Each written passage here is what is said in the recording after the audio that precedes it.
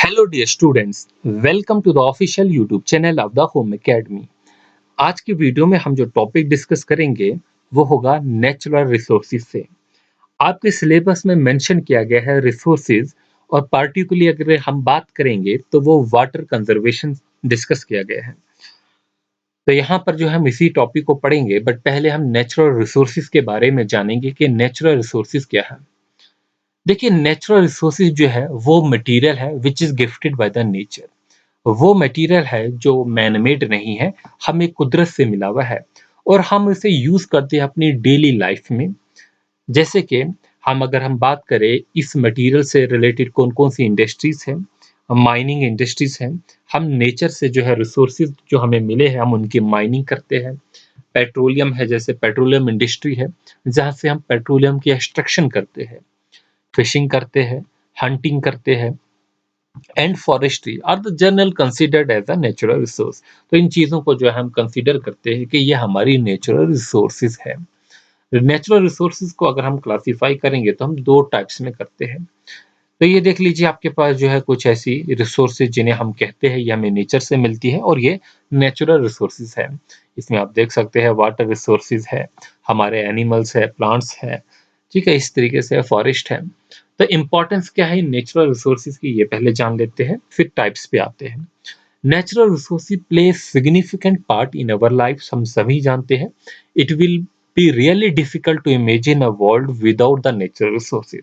हम ऐसी जो है दुनिया के का तस्वुर नहीं कर सकते जिस दुनिया में जो है नेचुरल रिसोर्सेज ना है। जैसे कि वाटर है, हमारा एक नेचुरल रिसोर्स है। अगर वाटर नहीं होता तो हमारी लाइफ जो है कितनी डिफिकल्ट होती, ठीक है, इवन लाइफ ही नहीं होती। तो इसी तरीके से बाकी पेट्रोल के बगैर हम क्या सोच सकते हैं, या फॉसिल फ्यूल्स है, इनके बगैर हम लाइफ नहीं सोच सकते आज के टाइम में। हम इतना ज्यादा इन नेचुरल रिसोर्सेज पे जो है वो डिपेंडेंट हो चुके हैं। So the globe without the natural resources will be as a globe without the nature. अगर ऐसा ग्लोब कोई है, ऐसी दुनिया कोई होगी जिसमें नेचुरल रिसोर्स ही नहीं है, तो वो कैसा होगा, without the nature. Resources not only add to our life, they serve the realm of our progress. तो हमारी प्रोग्रेस भी जो है इन्हीं से आप जानते हैं कि नई नई जो है रिसोर्सेज जो है नेचुरल रिसोर्सेज से हमारी कैसे प्रोग्रेस रिलेटेड है, ठीक है, क्योंकि नेचर से ही हमें सारी चीजें मिलती है। ये हमारे पास मिनरल्स की बात करेंगे हम, जो है बाकी एनर्जी की बात करेंगे, न्यूक्लियर एनर्जी की बात करेंगे, ये सारी चीजें जो है नेचर से हमें मिल रही है। अगर हम इस नेचुरल रिसोर्सेज को देखें, दो टाइप्स में हमने इसको डिवाइड किया हुआ है। एक हमारी जो है वो रिन्यूएबल नेचुरल रिसोर्स है, दूसरी हमारी नॉन रिन्यूएबल नेचुरल रिसोर्स है। देखिए, क्वेश्चन जो आना है आपको वो इन टॉपिक से नहीं आएगा, इस टाइप से। जो पेपर मैं देख चुका हूँ उसमें जिस टाइप से क्वेश्चन आएंगे वो तो हम चीजें डिस्कस ही करेंगे। ये बस बेस है कि नेचुरल रिसोर्स क्या है, रिन्यूएबल रिसोर्सेज क्या है, ये सारी चीजें आप पहले से जानते हैं। फिर भी यहाँ पर थोड़ा सा जो है वो हम रिवाइज कर रहे हैं, फिर अपने मेन टॉपिक पे आते हैं। देखिए, रिन्यूएबल नेचुरल रिसोर्स की बात करेंगे, those resources which can be replenished in short time, वो हमारे रिन्यूएबल नेचुरल रिसोर्सेज होंगे। एग्जाम्पल पूछ सकता है कौन सा रिन्यूएबल है, कौन सा नॉन रिन्यूएबल है। रिन्यूएबल में हमारे पास जो होगा एयर है, वाटर है, सनलाइट है, ये हमारी जो है, या फॉरेस्ट हमारे है, ये रिन्यूएबल नेचुरल रिसोर्स है। नॉन रिन्यूएबल की बात करेंगे, those resources which can not be replenish in a short period of time, like coal है, पेट्रोलियम है, नेचुरल गैस है, ठीक है, ये हमारे नॉन रिन्यूएबल है। अब हमारे पास जो रिन्यूएबल है वो रिसोर्सेज है जिनकी भरपाई हम जो है शॉर्ट पीरियड ऑफ टाइम में कर सकते हैं। जैसे कि हमारा वाटर है, ठीक है, हमारा फॉरेस्ट है। अगर हम फॉरेस्ट काटेंगे, साथ में हम नए ट्रीज भी लगाते हैं, तो उनकी भरपाई जो है हो सकती है। लेकिन अगर हम बात करते हैं नॉन रिन्यूएबल सोर्सेज की, नॉन रिन्यूएबल जो सोर्सेज होते हैं ये वाले, they can not be replenish in a short period of time. हम सभी जानते हैं जो हमारा फॉसिल फ्यूल्स है, कोल है, पेट्रोलियम है, वो आने वाले कुछ सालों में जो है वो खत्म हो सकता है, ठीक है। अगर ये खत्म हो गया, क्या ये दोबारा बनेगा? बिल्कुल दोबारा बन सकता है, लेकिन इनको बनने के लिए जो टाइम की ज़रूरत है वो बहुत ज़्यादा है। ये मिलियंस ऑफ ईयर्स लेता है दोबारा बनने के लिए। मिलियंस ऑफ ईयर्स जो है वो दोबारा बनने के लिए लेता है। जो हमारे रिन्यूएबल रिसोर्सेज है वो शॉर्ट टाइम पीरियड लेते हैं दोबारा बनने के लिए, लेकिन जो नॉन रिन्यूएबल रिसोर्सेज है, वो रिप्लेनिश होता है काफ़ी समय में, और वो टाइम जो है वो मिलियंस ऑफ ईयर्स है। हम जानते हैं हमारे जो है एनिमल्स है या दूसरी जो है डिफरेंट डिफरेंट जो ऑर्गेनिज्म है, वो मरते हैं। वो जब मरेंगे तो वो जो है जो भी हमारे समुद्र में है या ज़मीन में जहाँ पर भी जो है वो अर्थ में जाएँगे, तो वो वहाँ पर जो है कोल, पेट्रोलियम, ये नेचुरल गैस बनाएँगे। लेकिन वो जो टाइम लेंगे वो बहुत ज़्यादा होगा। तो मिलियंस ऑफ ईयर्स जो है वो यहाँ पर लेंगे। अब हम क्या चाहते हैं कि इस नेचुरल रिसोर्सेज को जो है हम कंज़र्व करके रखें। क्या करके रखें हम इस नेचुरल रिसोर्सेज को? कंज़र्व करके रखें। क्यों करना है हमें इस नेचुरल रिसोर्सेज को कंज़र्व? क्योंकि हम अपनी आज की जो नीड है वो तो हम पूरी कर ही रहे हैं। लेकिन जो हमारी फ्यूचर जनरेशन होगी, वो भी इसका फ़ायदा उठा सके।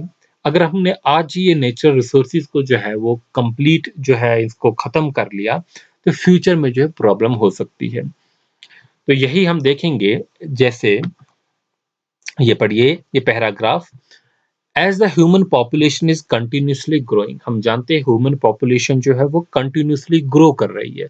सो जो कंजप्शन होगा नेचुरल रिसोर्सेज का जो यूज होगा वो भी बढ़ेगा। जैसे जैसे पॉपुलेशन ग्रो करेगी, इस नेचुरल रिसोर्सेज का जो होगा कंजप्शन वो भी बढ़ेगा। So with the increase of industrialization, urbanization of the modern human society, जैसे जैसे इंडस्ट्रीज बढ़ रही है, अर्बनाइजेशन हो रहा है, तो हमारे ये नेचुरल रिसोर्सेज जो है इनकी जो डिमांड है ये भी बढ़ती जा रही है। So if they are not properly used and well manage, अगर हम इनका प्रॉपर यूज नहीं करेंगे और इनको हम जो है अच्छे से मैनेज नहीं करेंगे, तो फ्यूचर में जो है इसकी कमी हो सकती है। There will be scarcity. So therefore, we need to conserve these natural resources. This will also upset the ecological balance. तो क्या क्या इससे नुकसान है? ये है कि फ्यूचर में जो इसकी स्कैरसिटी होगी और हमारा जो इकोलॉजिकल बैलेंस है वो भी तबाह होगा। अगर हम बहुत ज़्यादा फॉरेस्ट काट देते हैं, ठीक है, उनका यूज़ हम इतना ज़्यादा करते हैं, तो नेचुरल सी बात है इकोलॉजिकल इम्बैलेंस हो जाएगा। वो कैसे होगा? अब ट्रीज़ जो है वो हमें जो है ऑक्सीजन प्रोवाइड करते हैं, और वो ऑक्सीजन जो है कार्बन डाइऑक्साइड से लेते हैं, ठीक है? कार्बन डाइऑक्साइड का यूज़ करते हैं और हमें जो है ऑक्सीजन प्रोवाइड करते हैं। तो अगर ट्रीज़ हम काटेंगे तो हमारे जो ऑक्सीजन होगा उसकी कमी हो जाएगी। और दूसरी बात, जो कार्बन डाइऑक्साइड वो लेते हैं, तो उस कार्बन डाइऑक्साइड को भी लेने वाला कोई नहीं बचेगा, जिसकी मदद से वो अपना फूड बनाते हैं। तो कार्बन डाइऑक्साइड भी जो है वो एनवायरनमेंट में बढ़ जाएगी, तो इसकी वजह से जो है ग्लोबल वार्मिंग भी होगी। तो बहुत सी जो है फैक्टर आप जो है वो समझ सकते हैं, कोई उतनी बड़ी जो है ये चीज़ नहीं है। जो क्वेश्चन आते हैं हमें तो एमसीक्यू पॉइंट ऑफ व्यू से पढ़ना है चीज़ों को। सो देखिए जो कंजर्वेशन है, अगर हम बात करेंगे, जो कंजर्वेशन है ये प्रॉपर होनी चाहिए, मतलब प्रॉपर मैनेजमेंट होनी चाहिए इस नेचुरल रिसोर्सेज की, टू प्रिवेंट इस एक्सप्लॉइटेशन, ताकि इसका जो एक्सप्लॉइटेशन ना हो, इसका डिस्ट्रक्शन ना हो और डिग्रेडेशन ना हो। हमें नेचुरल रिसोर्सेज को तो यूज़ तो करना है, इसके बगैर जो है हमारा जो है काम नहीं चल सकता है। लेकिन इनका जो यूज़ होगा वो हमारा जो प्रॉपर यूज़ होना चाहिए। हमको इस तरीके से यूज़ करना है कि हम अपनी आज की डिमांड जो है वो तो पूरी कर लें, जो भी हमारी जो डिमांड है वो तो हम पूरी करें, बट हमें ये भी सोचना है जो फ्यूचर जनरेशन है, उनके लिए भी ये रिसोर्सेज बचे। तो हमें जो है इनका यूज़ जो है इसी तरीके से करना है। तो अब हम कुल बात करेंगे, जो कंजर्वेशन है वो क्या है? Conservation is the sum total of activities which can derive benefit from the natural resources but at the same time prevent the excessive use। इसका जो हमें ज्यादा जो है एक्सेसिव यूज नहीं करना है, जिसकी वजह से डिस्ट्रक्शन हो, जिसकी वजह से डिग्रेडेशन हो। तो इस बात को जो है होपफुली जो है आप समझ गए होंगे। सो इन शॉर्ट में जो अभी तक हम पढ़े उसको कंक्लूड करते हैं। वी नो, हम जानते हैं जो नेचर है हमें प्रोवाइड करता है all the basic need, but we tend to over exploit it. अगर हमने इसको ओवर एक्सप्लॉइट किया, so we go on exploiting the nature, तो there will be no resources available in the future. तो फ्यूचर में ऐसा कोई रिसोर्स नहीं बचेगा। So there is an urgent need to conserve the nature. Some of the needs are, वो कौन कौन सी कुछ नीड्स हैं? Number first, to maintain the ecological balance for supporting the life. Second होगा to preserve the different kind of species. हमें different kind of species को भी प्रिजर्व करना है, मतलब बायोडाइवर्सिटी ठीक है? To make the resources available for present and future generation. Present generation का भी ख्याल रखना है, बट कि फ्यूचर का भी सोचना है। To ensure the survival of the human race, ये चीज़ हमें अपने माइंड में रखनी है और इस हिसाब से हमें इसका यूज़ करना है। अब जो हमारे पास मेन रिसोर्सेज है, जिनको हम चाहते हैं कि ये कंज़र्व हो, उसमें हमारे पास सॉइल है, उसमें हमारे पास हम चाहते हैं वाटर को कंज़र्व करना, हम चाहते हैं अपने फॉरेस्ट्स को कंज़र्व करना और इसी तरीके से बायोडायवर्सिटी, बायोडायवर्सिटी में हमारे पास जो है हमारे प्लांट्स, एनिमल्स, ये सारी चीज़ें आती हैं। तो इन चीज़ों को जो है हम कंज़र्व करना चाहते हैं। अब आपके पास क्वेश्चन कहाँ-कहाँ से बनते हैं? एक तो क्वेश्चन जो पेपर में आया हुआ है, वो बायोडायवर्सिटी से रिलेटेड है। दूसरा जो हम अब जो पॉसिबिलिटी है मुझे लगता है जो इसके रिलेटेड काफ़ी मूवमेंट्स होती है, जैसे कि चिपको मूवमेंट है, उससे क्वेश्चन बन सकते हैं, कहाँ पर शुरू हुई, कैसे शुरू हुई, ये सारी चीज़ें किसने शुरू की? तो एमसीक्यू पॉइंट ऑफ व्यू से हम इसको जो है वो पढ़ेंगे। तो आपके जो सिलेबस में मेंशन किया गया है वो कंजर्वेशन ऑफ वाटर रिसोर्सेज किया गया है। तो इसमें देखेंगे कंजर्व हमने कैसे करना है अपने वाटर रिसोर्सेज को, इसका मीनिंग क्या है। कंजर्वेशन एंड मैनेजमेंट जो है वाटर रिसोर्सेज की are essential for survival of the mankind, plants and animal. तो हम इसे कैसे अचीव करेंगे? पहली बात, growing vegetation in the catchment area. Catchment area में जो है हमें वेजिटेशन जो है ग्रो करनी है। इसका मतलब क्या होगा, अगर हम वेजिटेशन ग्रो करेंगे तो उससे क्या होगा, हमारा जो वाटर है वो सॉइल में जो है मतलब इसका ये है कि ग्राउंड वाटर के लेवल को आपको जो है वो मेंटेन करना है, कि आपको आप ये चाहेंगे कि हमारा जो ग्राउंड वाटर है हमारी ज़मीन में जो है पानी रहे। तो which will hold water in the soil, इससे क्या होगा जब हम वेजिटेशन जो है उगाएँगे कैचमेंट एरिया में, तो it will hold water in the soil and allow it pre and allow it percolate into deeper layers and contribute to the formation of the ground water। तो मेन मकसद यही है कि formation होगी किसकी, ground water की। ये हमारा पहला पॉइंट होगा। फिर दूसरा देखेंगे हम जो है construction of dam and reservoir करेंगे।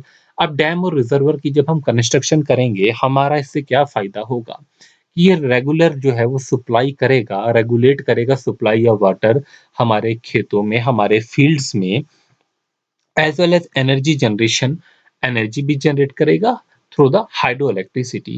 तो ये जो है कुछ पॉइंट्स जो होंगे ये हमारे याद रखेंगे कि हम वाटर कंजर्वेशन से रिलेटेड है।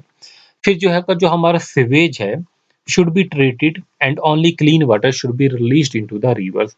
अब जो है सिवेज की एक बहुत बड़ी प्रॉब्लम है, हम दिन ब दिन देखते हैं कि हमारी जो भी वाटर बॉडीज है हम खुद उसे जो है वो गंदा कर रहे हैं। जो भी हमारा जो सिवेज है हम उस वाटर बॉडीज में जो है वो डाल देते हैं, क्योंकि हमारे पास कोई और अल्टरनेटिव ऑप्शन नहीं होता है। तो इसके लिए जो है गवर्नमेंट को एक पॉलिसी तो लेके आनी ही चाहिए कि हम सीवेज को जो है अच्छे से ट्रीट कर सकें।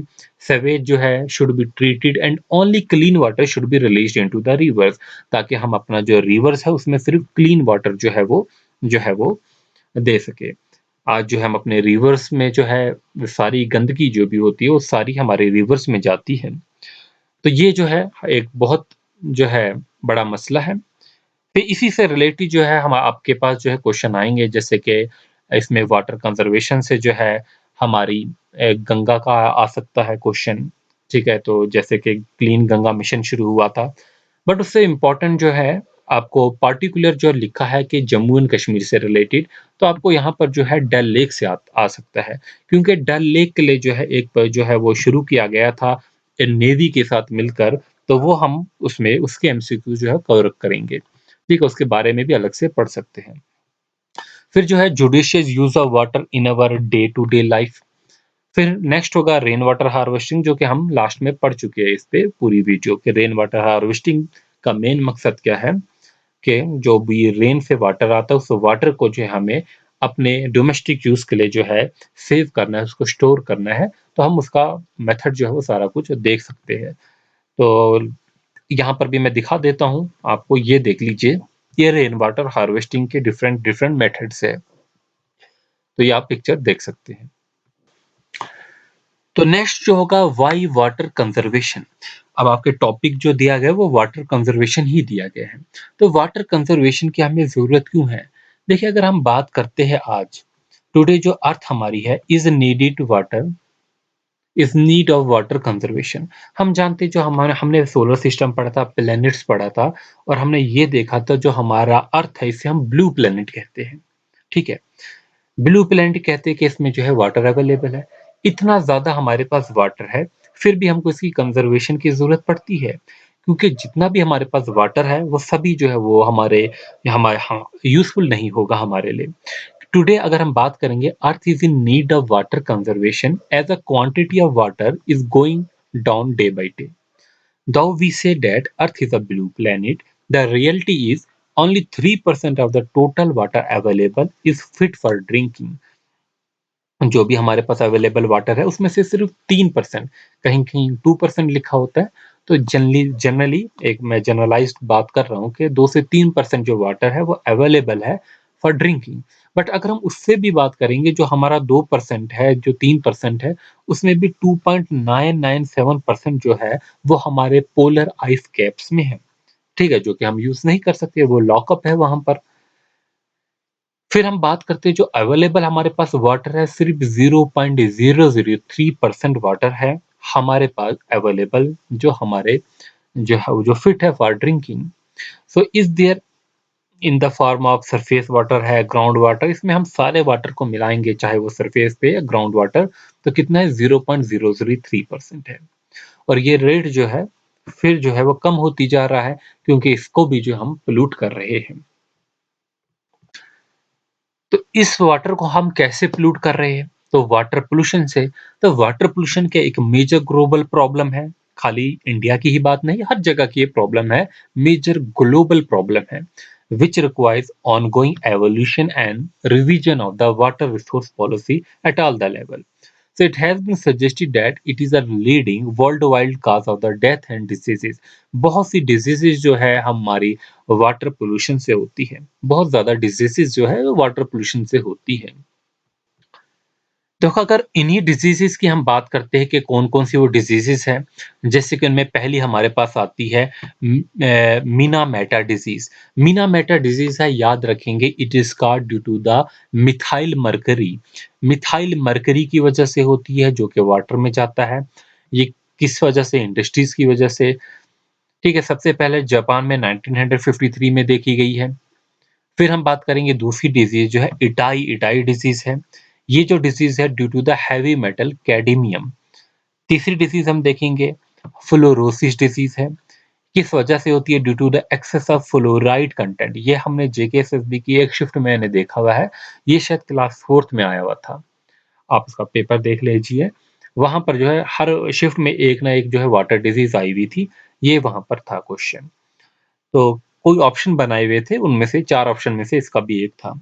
तो फिर हमारे पास अगर ब्लू बेबी सिंड्रोम देखेंगे, ये जो है it is called due to the presence of excess of nitrate in the drinking water. तो हमने यहाँ पर देखा ये नाइट्रेट की वजह से है, ये फ्लोराइड की वजह से है, ठीक है, ये कैडमियम की वजह से है, ऊपर हमने देखा ये मरकरी की वजह से है। तो ये सारी जो डिजीज़ेज़ हो रही है, ये कहीं न कहीं इंडस्ट्रीज़ की वजह से हो रही है, क्योंकि हम जो पॉल्यूशन कर रहे हैं वाटर में, एक तो ये सारे मैन मेड पॉल्यूशन है। तो इस पॉल्यूशंस को हम यहाँ पर देख सकते हैं, बहुत ही अच्छी पिक्चर है। आप इस पॉल्यूशंस को देख सकते हैं, हम जो पॉल्यूशन कर रहे हैं।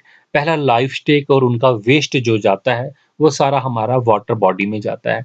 ये हमारा जो है वाटर बॉडी है, समझ लीजिए एक रिवर है, ये हमारा रिवर चल रहा है। किस तरीके से हम इसे पोल्यूट करते हैं, लाइफ स्टॉक और उनका वेस्ट सारा जो होगा वो कहाँ पर जाएगा इसमें। फिर हम जो अपने खेतों में पेस्टिसाइड डालते हैं, अपने फील्ड्स में दवाइयाँ डालते हैं, बारिश के साथ वो सारी हमारे रिवर्स में जाती है।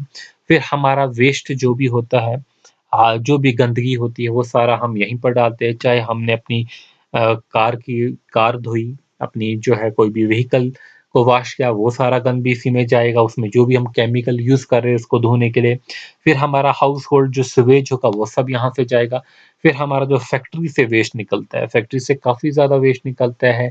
तरह-तरह के मिनरल, केमिकल्स, ये सारी चीज़ें जो है वो भी हमारी इस वाटर बॉडी में जाएगी। तो ये सारे रीज़न जो है वो पॉल्यूशन की है। तो इससे हमारा जो होगा वो वाटर जो है वो पॉल्यूशन होगा। इन सारे रीज़न्स की वजह से हमारा वाटर पॉल्यूशन होगा। तो ये जो है आप याद रखेंगे, ये हमारा रीज़न है जिसकी वजह से हम अपने वाटर को कंज़र्व करना चाहते हैं। तो नेक्स्ट हम देखेंगे ड्राउट क्या होता है। सूखा पड़ जाना। ठीक है, देखिए ड्राउट जो है is an extended period when a region notes a deficiency in its water supply. जब कोई भी रीजन जो है उसको उस रीजन में जो है वाटर सप्लाई की डेफिशिएंसी हो जाती है। हम चाहे बात करें उसका अंडरग्राउंड लेवल जो होगा वाटर का वो खत्म हो जाए, ठीक है? या सरफेस लेवल जो हमारे रिवर्स-विवर्स में वाटर है वो खत्म हो जाए। तो a drought can last for month और ईयर्स और may be declared after as few as 15 days के लिए। तो इसमें क्या होता है जो एनुअल रेनफॉल होती है is below the normal and less than the evaporation. ठीक है? तो एनुअल रेनफॉल होती है वो नॉर्मल से कम होती है। इवेपोरेशन जितना हो रहा है उससे भी कम हो रही है, तो ड्रॉट की कंडीशन जो है वो क्रिएट हो जाती है। जैसे फ्लड होते हैं, फ्लड जो है वो भी प्रॉब्लम है, अगर फ्लड आते हैं, तो ड्राउट अगर होता है तो ये भी प्रॉब्लम है। तो ये दोनों चीज़ें जो है हमारे लिए प्रॉब्लम है। तो फ्लड जो है आपने देखा होगा, मैंने वो काफ़ी पोस्टें जो है फ़ेसबुक पे शेयर की थी कि किसे सौरव बंगाल कहते हैं, किसे जो है वो सौरव असम कहते हैं। ये सारी जो है फ़ेसबुक पे आजकल पोस्टें चल रही है, उन्हें जो है रोज़ एक-एक मैं पोस्ट अपलोड करता हूँ, उन्हें आप जो है ज़रूर देख लीजिए। हर रिवर का कवर किया है, तो कहीं न कहीं वो वाटर से ही रिलेटेड चीज़ें हैं। क्योंकि सौरव बंगाल क्यों कहेंगे? क्योंकि वो बंगाल में फ्लड लेके आते हैं। तो ये सारी चीज़ें हैं, आपको एक बार देख लीजिनी चाहिए। फिर हम देखते हैं जी इसी वाटर पे जो है काफ़ी कॉन्फ्लिक्ट्स भी होते हैं। वो कॉन्फ्लिक्ट्स क्या-क्या है? वाटर पे जो कॉन्फ्लिक्ट होते हैं, इसके यूसेज पे कॉन्फ्लिक्ट होते हैं। ये हम लोकल लेवल पे भी कॉन्फ्लिक्ट देखते हैं। अगर लोकल लेवल की हम बात करेंगे, आपके विलेजेस में होते हैं कॉन्फ्लिक्ट, स्ट्रीट्स में होते हैं, हाउसेस में होते हैं। उसी तरीके से नेशनल लेवल पे बात करूँगा, जैसे कि कावेरी रिवर का डिस्प्यूट है। ये क्वेश्चन पूछा जाता है किस-किस स्टेट के बीच में, तो कर्नाटका और तमिल के बीच में होगा। काफ़ी जो है हमने देखा था, इस पे जो है कर्नाटका जो है कुछ टाइम के लिए बंद भी हो गया था, काफ़ी इतना ज़्यादा डिस्प्यूट हो चुका था पिछले ही कुछ सालों में। फिर इंटरनेशनल डिस्प्यूट है, जैसे जॉर्डन रिवर पे जो है अभी डिस्प्यूट चल रहा था, किसी सूडान, इजिप्ट और इथियोपिया के बीच में। तो ये हमारे वाटर के डिस्प्यूट्स भी हैं। तो अब हम देख लेंगे जैसे डल लेक जो है इस पे जो पॉल्यूशन हुआ है इससे रिलेटेड। देखिए जो डल लेक जो है इसका जो साइज़ था वो 22 स्क्वायर किलोमीटर था और ये श्रिंक होते-होते जो है अगर हम आज की डेट में देखेंगे तो ये 10 किलोमीटर है। अब किस वजह से है? वाटर पॉल्यूशन की वजह से है। तो यहाँ पर जो water quality of the lake है ये डिटेरियोरेट हो चुकी है इंटेंस पॉल्यूशन की वजह से। इंटेंस पॉल्यूशन किस-किस वजह से? जैसे कि अनट्रीटेड सीवेज है एंड सॉलिड वेस्ट है। तो जो भी यहाँ पर जो है अनट्रीटेड सॉलिड वेस्ट रहा, सीवेज रहा, जो भी इसमें वाटर बॉडी में डाला गया, उसे अनट्रीट रखा गया, जिसकी वजह से जो है यहाँ पर पॉल्यूशन हुआ और जो है इसका एरिया जो है कम होता गया है। सो पॉल्यूशन जो है समटाइम इतना जो है ज़्यादा था कि ये पूरी डल लेक जो है वो ब्रैकिश ग्रीन दिखती थी सीवेज की वजह से। तो इसमें जो है ग्रोथ होने लगी थी हायासिंथ की, जो कि एक लिली फैमिली का जो है वो अ, लिली फैमिली से होता है, इसमें इसकी ज़्यादा ग्रोथ होने लगी थी। तो इस वजह से जो है बाकी भी जो पॉल्यूशन किस-किस की वजह से हुए, जो जनरल पॉल्यूशन होते हैं, उन्हीं की वजह से ये भी पॉल्यूशन है। जो भी हाउस बोट्स का जो है वहाँ पर जो है वेस्ट जाता था, होटल्स का वेस्ट जाता था, तो उन सभी से जो है यहाँ पर जो है पॉल्यूशन हो चुका है। तो इसमें जो है इसके लिए जो है कुछ सजेशन जो है दी गई थी टू रिस्टोर द लेक, वो हम देखेंगे। तो यहाँ पर जो है जो गवर्नर थे, तो उन्होंने अप्रोच किया था नेवीज़ को। तो जम्मू एंड कश्मीर गवर्नर जो थे वो नेवी के चीफ को जो है अप्रोच किया था डल लेक के लिए कि एक मेजर टूरिस्ट जो है वो अट्रैक्शन है स्टेट में, तो इसमें कुछ स्टेप्स ऐसे लेने चाहिए ताकि इसकी सफाई की जाए। तो यही जो है क्वेश्चन आ सकता है कि इसका एरिया पहले कितना था, क्या था? किसकी मदद से जो है इसको जो है रिस्टोर करने की कोशिश की गई थी, वो नेवी थे। तो यहाँ पर जो है कि इन्होंने जो सजेशन दी थी कि इसका जो कैचमेंट एरिया ट्रीटमेंट है डल लेक का, it includes afforestation, construction of check dams और बंध्स जो है वो बनाए जाएँगे। Construction of setting basin at the mouth of the Telbal nala, यहाँ पर जो है बेसिन जो है बनाए जाएँगे। परमानेंट इनटेक स्ट्रक्चर बनाए जाएँगे, नेविगेशनल लॉक्स बनाए जाएँगे to arrest the incoming slit load. उसके अलावा जो है बाकी जो ये चीज़ें भी देखी जाएगी कि इसमें से कंटिन्यू जो है वो रिमूव करते जाएँगे, एक्सेसिव पॉल्यूशन जो भी होगा उसको रिमूव करेंगे। ठीक है, तो ये जो है चीज़ें जो थी इससे रिलेटेड थी। तो इस वीडियो में जो है बस इतना ही, कुछ जनरल पॉइंट जो हमने इसमें जो है वो डिस्कस किए वाटर कंज़र्वेशन से रिलेटेड। तो अब कुछ जो है वो इम्पोर्टेंट जैसे कि पर्सनैलिटीज़ है जो वाटर कंज़र्वेशन से रिलेटेड है, उनके बारे में नेक्स्ट वीडियो में देखेंगे। और हम देखेंगे कुछ मूवमेंट्स से रिलेटेड जो कंज़र्वेशन ऑफ वाटर से रिलेटेड है। Thanks for watching, all the best.